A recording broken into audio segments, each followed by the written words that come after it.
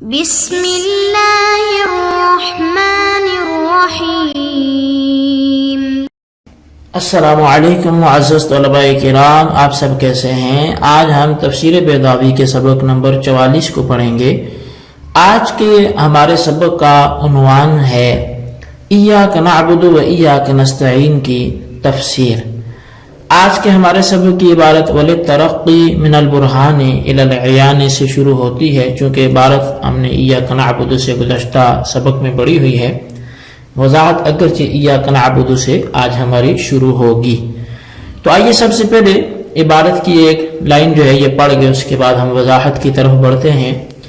مصنف علیہ رحمہ لکھتے ہیں وَلِلتَّرَقِّ مِنَ الْبُرْهَانِ إِلَى الْعِيَانِ، اور تاکہ دلیل سے مشاہدہ کی طرف ترقی اور ہو جائے، وَالْإِنْتِقَالِ مِنَ الْغَيْبَةِ إِلَى الشُّهُودِ، اور انتقال من الغیبت الى الشہود پر زیادہ دلالت کرے۔ فَكَأَنَّ الْمَعْلُومَ صَارَ عِيَانًا وَالْمَعْقُولُ مُشَاهَدًا وَالْغَيْبَةُ حُضُورًا، تو پس گویا کہ جو چیز درجہ علم میں تھی وہ عیاں ہو گئی، اور جو معقول اور غیبت میں تھی اب مشاہدہ اور حضور میں آ گئی ہے۔ جی طلباء کرام، یہ تھی ہمارے آج کے سبق کی عبارت، اس کا ترجمہ۔ آئیے اب ایاک نعبد سے وضاحت کی طرف بڑھتے ہیں۔ ایاک نعبد و ایاک نستعین سے اس عبارت میں دو جز ہیں، ایک ایاک نعبد اور دوسرا ایاک نستعین۔ اچھا قاضی صاحب پہلے ایاک کے کاف پر خطاب کا جو کاف ہے اس پر بحث کریں گے، اس کے بعد ایاک کی نحوی تحقیق بیان کریں گے، پھر اس کے بعد عبادت اور استعانت کی تحقیق بیان کریں گے، پھر اس کے بعد ایاک کی تقدیم پر بحث کریں گے۔ تو کاف خطاب پر جو ہے وہ کاف کیونکہ خطاب کا ہے تو اس پر قاضی صاحب نے دو بحثیں کی ہیں۔ ایک موقع خطاب جس کو نقطہ مصححہ بھی کہتے ہیں۔ نقطہ مصححہ کے معنی یہ ہیں کہ وہ نقطہ جس کی وجہ سے خطاب کرنا درست ہو، اور دوسری بحث کریں گے کہ نقطہ مرجحہ للخطاب کیا ہے، یعنی وہ وجہ کیا ہے کہ جس کی وجہ سے خطاب کو دوسرے اسلوب بیان پر ترجیح دی گئی، باوجود اس کے کہ ظاہر کلام کا تقاضا تھا کہ غیوبت کے ساتھ استعمال کیا جاتا، کیونکہ ما قبل سے کلام غیب کے ساتھ چلا آ رہا ہے، اس لیے کہ ما قبل میں اوصاف کو اسماء ظاہرہ کے ساتھ بیان کیا ہے، اور اسماء ظاہرہ حکم میں ضمیر غائب کے ہیں، لہذا ایاک نعبد کو خطاب کے ساتھ کیوں بیان فرمایا؟ موقع خطاب یہ ہے کہ اللہ تعالیٰ نے جب اپنے آپ کو استحقاق کے حمد کے موقع پر بڑی بڑی صفات کے ساتھ متصف فرمایا، اور وہ صفات ایسی عظیم الشان تھیں کہ جن کی وجہ سے ذات باری تعالی غیر سے ممتاز ہو گئی، اور گویا معلوم متعین ہو گیا۔ تو اس تعین علمی کو چونکہ یہ بہت زیادہ قوی تھا، بمنزلہ اس تعین کے اتار لیا گیا جو دیکھ کر مشاہدے سے حاصل ہو، پھر خطاب فرمایا گیا۔ تو گویا خطاب کے بعد معنی یہ ہوئے کہ اے وہ ذات جس کا یہ حال ہے کہ وہ عظیم الشان صفات کے ساتھ متصف ہے، نخصک بالعبادت والاستعانت، یعنی ہم تجھے عبادت اور استعانت کے ساتھ خاص کرتے ہیں، تیرے علاوہ ہم غیر کی عبادت نہیں کرتے۔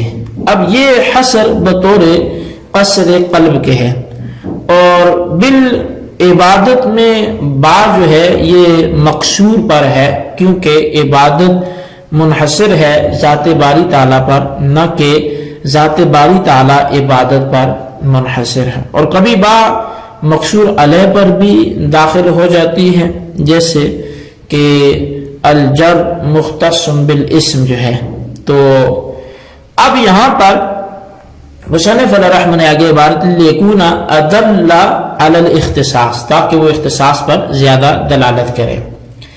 اس عبارت سے نقطۂ خطاب کو بیان کر رہے ہیں جس کا وعدہ کیا تھا. یہ سمجھیں کہ نقطۂ خطاب کی دو قسمیں ہیں. ایک وہ جو اہل تصوف کے ہاں نقطۂ خطاب ہے، اور دوسرا وہ جو اہل معانی کے ہاں نقطہ ہے. پہلے نقطے کے جزء اول میں دونوں شریک ہیں، اور وہ یہ ہے کہ خطاب کی صورت میں اختصاص پر زیادہ دلالت ہوگی بمقابلہ غائب کے. اس سے معلوم ہوا کہ نفس اختصاص تو غیوبت کی وجہ سے بھی حاصل ہو جائے گا، جبکہ کہا جائے ایاہ نعبد و ایاہ نستعین. نفس اختصاص تو اس طور پر ہے کہ قاعدہ ہے کہ تقدیم ما حق تاخیر یفید الحصر والتخصیص، کہ اس چیز کو مقدم کرنا کہ جس کا حق مؤخر ہونے کا ہو، یہ حصر اور تخصیص کا فائدہ دیتا ہے. تو تقدیم مفعول کی وجہ سے یا کا چونکہ یہ مفعول ہے اور نعبد اس کا عامل ہے، اسی طرح یا کا مفعول ہے اور نستعین اس کا عامل ہے، تو تقدیم مفعول کی وجہ سے اختصاص تو حاصل ہو جائے گا مگر زیادہ نہیں. اب سمجھیے کہ خطاب زیادتی اختصاص پر کیسے دلالت کرتا ہے.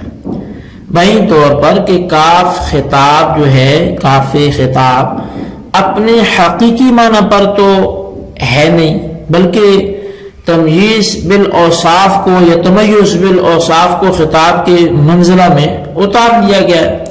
تو گویا کاف خطاب میں تمیز بالاوصاف کے معنی بھی ملحوظ ہیں، اور عبادت کو کافی خطاب پر مرتب کیا گیا ہے. تو عبادت کو خطاب پر مرتب کرنا گویا تمیز بالاوصاف پر مرتب کرنا ہے، اور جب عبادت کو تمیز بالاوصاف پر مرتب کر دیا گیا تو تمیز بالاوصاف علت ہوا عبادت کے لیے، اور یہ علت باری تعالیٰ کے علاوہ کسی اور کے اندر نہیں پائی جاتی.